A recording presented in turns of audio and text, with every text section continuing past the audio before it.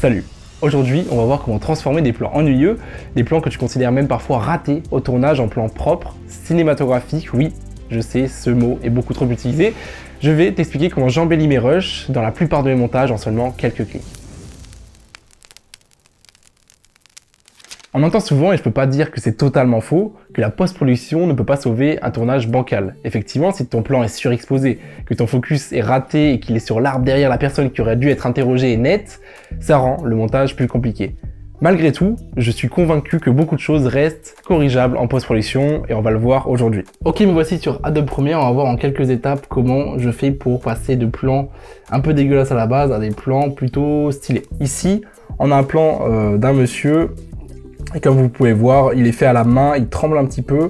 Là pareil, elle regarde, je m'avance, ça tremble énormément, c'est un délire. C'est presque des plans, on pourrait se dire, inutilisables. Moi, faut savoir que je fais beaucoup de plans pas au stabilisateur parce que j'ai confiance en ce que je vais pouvoir faire en post-production. Mais du coup, ça fait que les plans sont difficiles à montrer de base. Là, c'est un plan qui est fait au stabilisateur mais qui tremble énormément, vous voyez. Ça, c'était pour le projet Aéroport de Lyon, c'était incroyable. Pareil ici, un plan qui tremble énormément, même au stabilisateur, parce que je cours. Et pour finir là, un plan pour Mercedes, pour une publicité pour Mercedes, qui peut être rendu plus joli, vous verrez comment. On va sélectionner tous mes plans et les mettre au même métrage, c'est-à-dire ici 29,97, ça aurait pu être 25 aussi.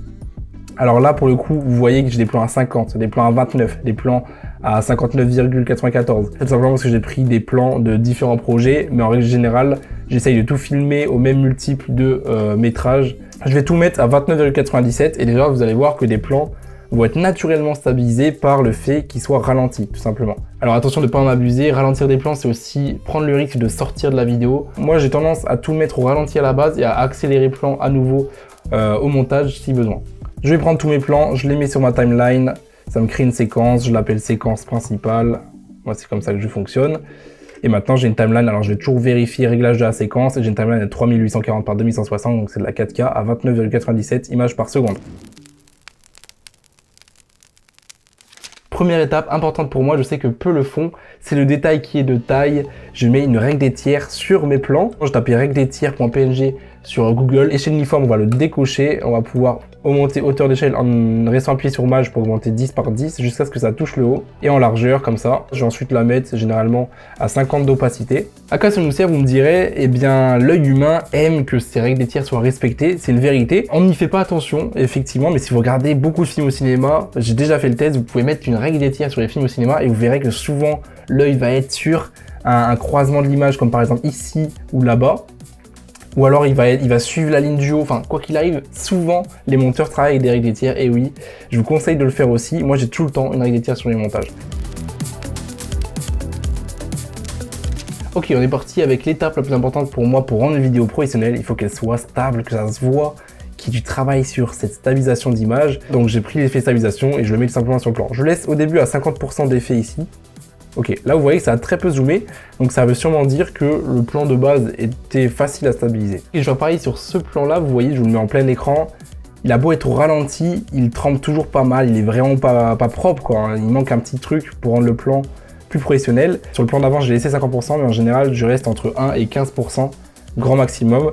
Maintenant, si le 50% marche très très bien et qu'il n'y a aucun artefact dans l'image, c'est-à-dire de l'effet chewing-gum un petit peu dans l'image, vous verrez que des fois ça le fait. L'effet stabilisation fonctionne comment? Le logiciel cherche à traquer des points sur l'image. Donc si vous avez des objets au premier plan ou des objets au dernier plan, il va traquer des points sur ces deux objets et faire une moyenne de tout ça, ce qui va faire peut-être un effet chewing-gum. Donc il faut faire attention quand il y a des plans avec beaucoup de 3 dimensions. Vous voyez que là on dirait que ça a été fait au stabilisateur. Je vois pas d'artefact à 50%, donc je vais le laisser à 50%. À partir du moment où je vois un tout petit peu d'artefact, je mets 15% déjà et après je baisse en fonction. Petit conseil, comme je l'ai dit tout à l'heure, il faut pas abuser des ralentis. Ce plan là est ralenti x2, mais on va faire quelque chose parce qu'effectivement là c'est trop long. On va l'imbriquer, donc on va faire clic droit, imbriquer. Moi j'ai un raccourci pour ça. Imbriquer, tac. On va pouvoir faire commande R 200 pour remettre à la vitesse normale. Le plan sera très très bien stabilisé et en vitesse normale à nouveau. Ok, on va faire un petit point sur ce plan là quand même qui tremble énormément. C'est quand même un exemple très intéressant je pense. On va regarder ce que ça donne à 50% déjà. Waouh. Ça marche très très bien. Vous voyez que ça marche très très bien, 50%. Je vais quand même mettre un peu moins parce que j'ai cru voir des petits artefacts, donc je vais mettre 25%. Il y a peut-être beaucoup de monteurs qui auraient laissé ça comme ça en mode bah on peut rien y faire, c'était fait au stabilisateur, on peut rien y faire. Et ben non, petit effet stabilisation et directement le plan, on dirait qu'il est fait sur une grue. Pareil pour ce plan-là, on regarde avant stabilisation, tac, ça tremble énormément, c'est un peu, pour moi c'est inutilisable ça. Hein. Et quand je remets stabilisation, ça tremble plus du tout quoi. Et après on peut le réaccélérer x2 effectivement. Ok, on arrive à la seconde étape. Ce plan-là, pareil, je vais l'imbriquer, le mettre en x2 parce que je trouve qu'il est un peu lent. Quand vous avez mis en x2 comme ça, première, ils veulent pas mettre trop d'effets sur le même plan, donc il faut réimbriquer pour pouvoir faire l'effet que je vais vous dire maintenant, c'est-à-dire un zoom. On rappelle, hein, la règle des tiers importante. Pour moi, son œil là, j'aimerais bien qu'il soit sur la ligne du haut. On va faire point, clé, position, échelle sur la première frame. Je vais avancer un petit peu près jusque là. Et je vais zoomer, donc ça c'est quelque chose que je fais très souvent, je vais mettre par exemple 116, sachant que je filme en 4K, c'est pas très dérangeant. Je trouve que le plan là a trop de plafond, donc je vais commencer dès le début avec 110 par exemple, et je vais baisser la position pour que ses yeux soient un peu plus vers la règle des tiers. On peut pas toujours faire des miracles, hein. Là j'ai un peu merdé le tournage. Hein. Je vais mettre 114, tac, et je vais baisser au maximum jusqu'à qu'on ne puisse plus. Là les yeux commencent à être pas mal. Je regarde là comment ça se passe, les yeux sont ici, tac, je remets la position un peu plus normale, on regarde ce que ça donne. Pour ce plan là c'est pareil, pour moi il y a pas mal de problèmes, là on voit un peu trop derrière lui, ça n'a plus trop de sens, donc on va pareil zoomer, et c'est plutôt vers là où pour moi ça devient un peu dérangeant, donc on va mettre 120, on va prendre de la marge et on va bouger la trajectoire comme ceci, sans aller trop loin. Là on corrige un petit peu les erreurs de tournage. Je vais imbriquer et faire commande R x2, parce que pour le coup c'est encore un peu lent, et là on arrive sur quelque chose de pas mal. Pour ce plan là, ce qui est compliqué c'est qu'il n'est pas centré, donc là qu'est-ce qu'on va faire? Échelle position, au début on va dire qu'il est bien, on a trop de vide à droite quoi. Tac. Et on monte un petit peu, on remonte un petit peu les têtes des pompiers. On met le point là, X pour imbriquer, commande R200, ouais c'est pas mal. On va arriver à la petite touche finale, ma petite spécialité, rajouter des flares sur la vidéo.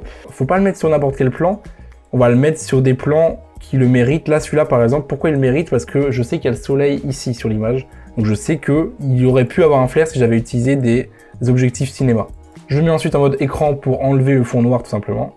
Effectivement, pour l'instant, alors peut-être que vous le voyez pas forcément, mais c'est pas bon parce que le flare devrait pas être de ce côté-là, il devrait être à gauche, donc tout simplement, je vais aller dans Effet, miroir horizontal, et je vais mettre un miroir horizontal sur mon flare, ce qui fait que maintenant il va être à gauche, ok? Donc évidemment si c'est en intérieur, on va pouvoir utiliser d'autres flares. Pour ce plan là, vous voyez qu'il y a des flares naturels qui sont au début. Pareil, du coup je vais mettre un petit flare à gauche, donc je l'ai copié-collé, hein. Tac, tac, et après on peut le faire tout simplement s'enlever au moment où on pense que normalement il n'aurait plus dû y être si j'avais eu un objectif cinéma. Si vous demandez, les objectifs cinéma accentuent les flares. C'est des sortes d'artefacts qu'on aime bien finalement aujourd'hui. Si j'enlève le flare, on a juste un petit flare naturel au début, ce qui est déjà pas mal, hein. Mais rajouter ce petit truc là, moi je trouve que ça ajoute vraiment quelque chose. Évidemment on peut baisser l'opacité hein, si on trouve que c'est abusé. C'est les petits détails qui font la différence, je trouve. Moi j'adore rajouter des petits effets comme ça. On arrive à la fin de la vidéo, rappelez-vous qu'à la base, la plupart de ces plans tremblent, n'ont pas un cachet très spécifique, sont peut-être parfois mal cadrés, mais on peut modifier tout ça en post-production. Bref, j'espère que cette vidéo t'a plu. Si t'as appris quelque chose, n'hésite pas à me le dire en commentaire, ça me fait extrêmement plaisir. J'adore partager ce genre de petits tips. Je te souhaite une bonne journée, une bonne soirée, tout ce que tu veux. Ciao.